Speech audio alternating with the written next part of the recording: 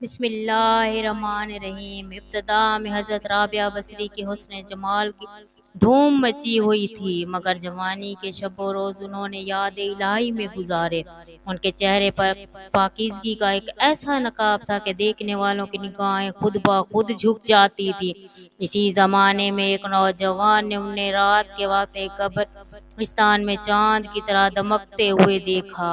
وہ آپ کو کوئی غیر مرئی خیالی مخلوق سمجھ کر بھاگ کھڑا ہوا، لیکن دوسری صبح جب اب وہی چہرہ اسے بصرے کے ایک بازار میں نظر آیا تو وہ عقل و خرد سے ہاتھ دھو بیٹھا۔ رات دن اسی کے تصور میں رہنے لگا۔ آخر دل کے ہاتھوں مجبور ہو گیا تو لوگوں سے پتہ پوچھتا ہوا رابعہ بصری کے گھر جا پہنچا۔ آپ کہا کرتی تھی کہ دل کے دروازے ہمیشہ کھلے رکھو، کیا معلوم محبوب کس وقت دستک دے دے، مگر گھر کے دروازے بند ہوں یا کھلے ہوں ان کی دانست برابر ہے۔ نوجوان کے خلاف توقع کا دروازہ کھلا ہوا ملا۔ اس نے اپنے دل کی دھڑکنوں پر بڑی مشکل سے قابو پایا۔ رات کے وقت تھا، اندر چراغ روشن تھا۔ یہ سوچ کر بے باکی سے اندر داخل ہوا کہ حال دل سنا دینے میں کیا حرج ہے، زیادہ سے زیادہ انکار ہی ہو جائے گا۔ واپسی کا دروازہ بہرحال کھلا ہوا ہے، لیکن جب وہ اندر پہنچا تو وہاں کوئی نہیں تھا، البتہ چھت پر ایسی پرسوز آواز آ رہی تھی جسے کوئی زیر لب ہجر کا رونا رو رہا ہو۔ نوجوان تیزی سے زینے چڑھ گیا۔ جب حضرت رابعہ بصری شاہ کی نماز سے فارغ ہو کر ثنا خوانی کر رہی تھی، پروردگار ستارے روشن ہو گئے ہیں، لوگ سو گئے ہیں، بادشاہوں نے دروازے بند کر لیے، ہر محبوب اپنے محبوب سے راز و نیاز ہے اور میں تیرے سامنے کھڑی ہوں۔ نوجوان پر سختہ طاری ہو گیا۔ اسی انثناء میں حضرت رابعہ بصری نے پلٹ کر اسے ایسی قہر آلود نظر سے دیکھا کہ اس کی زبان گم ہو گئی۔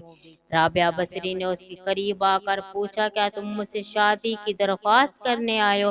نوجوان نے لرزتے ہوئے ہاتھ سے اپنی زبان کی طرف اشارہ کیا، وہ بول نہیں سکتا تھا۔ حضرت رابعہ بصری نے کہا کہ اس سے پہلے کہ تیری زبان کی طرح تیرا دل بھی چپ ہو جائے تو جس راستے سے آیا اسی راستے سے واپس لوٹ جا۔ نوجوان صرف آنکھوں سے التجا کر سکتا تھا کہ نیک خاتون میری گویائی واپس کر دے، میں تیرے مرتبے سے واقف نہیں تھا، مجھ سے غلطی ہوئی ہے، مجھے معاف کر دے۔ لا علمی ہمیشہ قابل معافی ہوتی ہے۔ اس کے خاموش آنسوؤں کے جواب میں حضرت رابعہ بصری نے کہا، نوجوان، تو نے اگر مجھ سے کوئی زیادتی کی ہوتی تو میں تجھے یقیناً معاف کر دیتی۔ میں نے خود کو بہت پہلے اپنے رب کے حوالے کر دیا تھا۔ اب یہ معاملہ تیرے اور رب کے درمیان ہے۔ معافی مانگنا ہے تو اس رب سے مانگ۔ تو صدقے دل سے توبہ کرنے کا ارادہ کرے تو شاید توبہ کی خاطر تیری زبان کھل جائے۔ یہ کہہ کر وہ نماز کے لیے کھڑی ہو گئی۔ نوجوان بھی بے اختیار سجدے میں گر گیا۔ وہ رو رہا تھا، نامعلوم کب تک روتا رہا۔ جب اسے ہوش آیا تو زبان کھل چکی تھی اور توبہ توبہ کا ورد کر رہی تھی۔ بصرہ کے بازاروں میں سالہ سال تک ایک مجذوب گرمی، جاڑے اور برسات سے بے نیاز ہو کر دیوانہ وار توبہ توبہ کے نعرے لگا رہا تھا۔ اس کے نعروں سے بصرے کی راتیں گونج اٹھتی تھیں اور بچے سہم کے ماؤں کے سینوں میں دبک جاتے تھے۔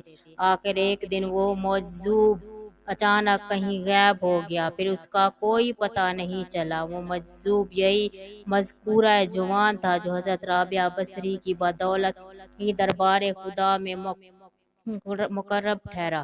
ناظرین، آج